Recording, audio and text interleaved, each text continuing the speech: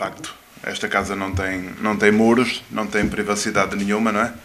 Independentemente de ter sido ou de ser nossa intenção alterar o que quer que seja, ainda que tivesse na sua base uma perspectiva de se criar alguma surpresa, deixa de o ser, na medida em que, de facto, como acabei de referir, a casa não tem muros e aquilo que se faz dentro de portas acaba por estar escancarado na imprensa de hoje e, por isso, ficará em interrogação sempre. Temos mais que o modelo trabalhado e um deles irá, com certeza, dar corpo à equipa no próximo domingo no Estádio da Luz. Agora terão que viver com essa interrogação até ao princípio do jogo.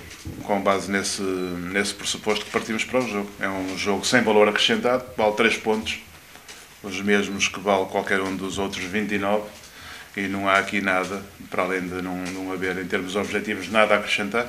Os pontos são os mesmos, também não há mais nada a acrescentar, a não ser isso mesmo.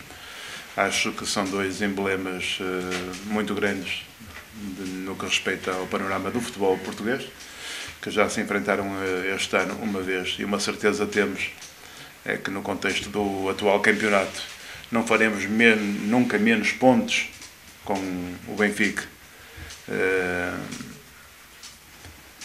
porque tudo o que podemos ter pela frente é acrescentar aos 3 que já conseguimos mais algum, no mínimo 1, ou então mais 3, e por isso, como eu disse, partimos para o jogo com um conjunto de pressupostos de normalidade com que partimos para qualquer outro. Eu não condiciono as coisas por essa via, não é?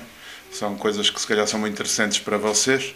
Para mim, pessoalmente, não me diz nada. Aquilo que eu respondi na questão anterior, relativamente àquilo que está em jogo, que são 3 pontos, e as contabilidades parcelares que vocês vão fazendo, eu pude também ler hoje alguma coisa nesse sentido, não acrescenta absolutamente nada. Temos até este momento, de facto, um conjunto de bons resultados nos confrontos com as 3 maiores equipes nacionais, tradicionalmente maiores. Há outros 3 para serem feitos. Aquilo que nos cabe é ter a ambição de pontuar o mais possível com qualquer um deles, mas não isolando os jogos com os 3 grandes clubes dos restantes. Também não é guerra que seja minha, como é óbvio, não é? Não estou nessa luta. O Vitória traçou um objetivo muito claro no princípio da época desportiva, que foi ficar nos 5 primeiros lugares e eventualmente conseguir um lugar de acesso a uma prova internacional. Essa é a nossa meta, é essa que perseguimos.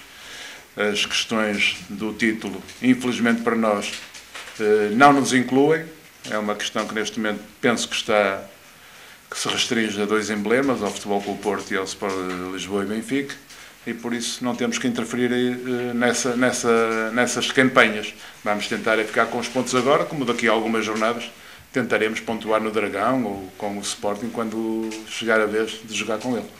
Acho que, do meu ponto de vista, não foi isso que suportou a sua exclusão. Temos outras soluções na posição. O Edgar vinha de um jogo de grande intensidade, menos de 72 horas antes. Havíamos jogado com a Académica de Coimbra na primeira mão da Taça de Portugal, e por força disso entendi não utilizar o Edgar, pelo menos de início. Depois foi utilizado no último terço do jogo, e só por isso. Não tem nada a ver com os cartões. Quando fizer o 5º cartão, outro jogador estará na linha para o substituir. O Kleber está numa fase de recuperação. Já ontem trabalhou de forma quase integral. Penso que hoje dará seguimento a essa recuperação. Se não houver nada, entre hoje e amanhã, com certeza será mais um dos 23 ou 24 jogadores que tenho à minha disposição para poder incluir na lista de convocados. Quanto maior é o leque de escolhas, mais rica poderá ser, digamos, a lista de convocados e o 11 que daí sobrar. E por isso, neste momento, de facto, não temos grandes impedimentos, ou praticamente não temos impedimento nenhum, a não ser os 2 jogadores que estão num processo pós-operatório, o Maranhão e o Edson. Todos os outros estão à disposição, daí que, com crises de fartura, digo eu, por essa lógica de pensamento, se quem está melhor classificado e joga no seu terreno e tem um historial bem melhor, com certeza que terei que estar de acordo consigo. O Benfica é favorito, mas continuo a dizer, estão 3 pontos em disputa. Isso não nos inibe de ter a ambição de ficar com eles, e por isso temos consciência de que, de facto, o Benfica neste momento cresceu, está a fazer uma fase da sua época desportiva num ponto alto. É o melhor ciclo do ano.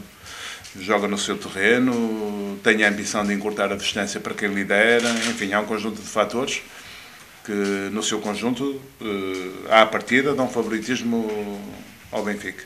Mas, como eu lhe dizia, apesar desse conjunto de fatores, não temos que, de alguma maneira, perder a ambição de fazer um bom jogo e, eventualmente, conseguir um bom resultado. Tem que ser, de facto, mais eficaz nos dois extremos do campo, não é? O Benfica, como sabe, neste momento, tem uma dinâmica ofensiva muito boa. A sua equipa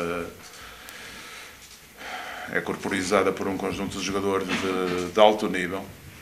São, de facto, praticantes aos quais só tem acesso quem tiver orçamentos na casa das dezenas dos milhões de euros. Não é o caso do Vitória de Guimarães, que gera um orçamento de 6 ou 7 milhões, por contraponto com o Benfica, que gera um orçamento de 10 vezes superior.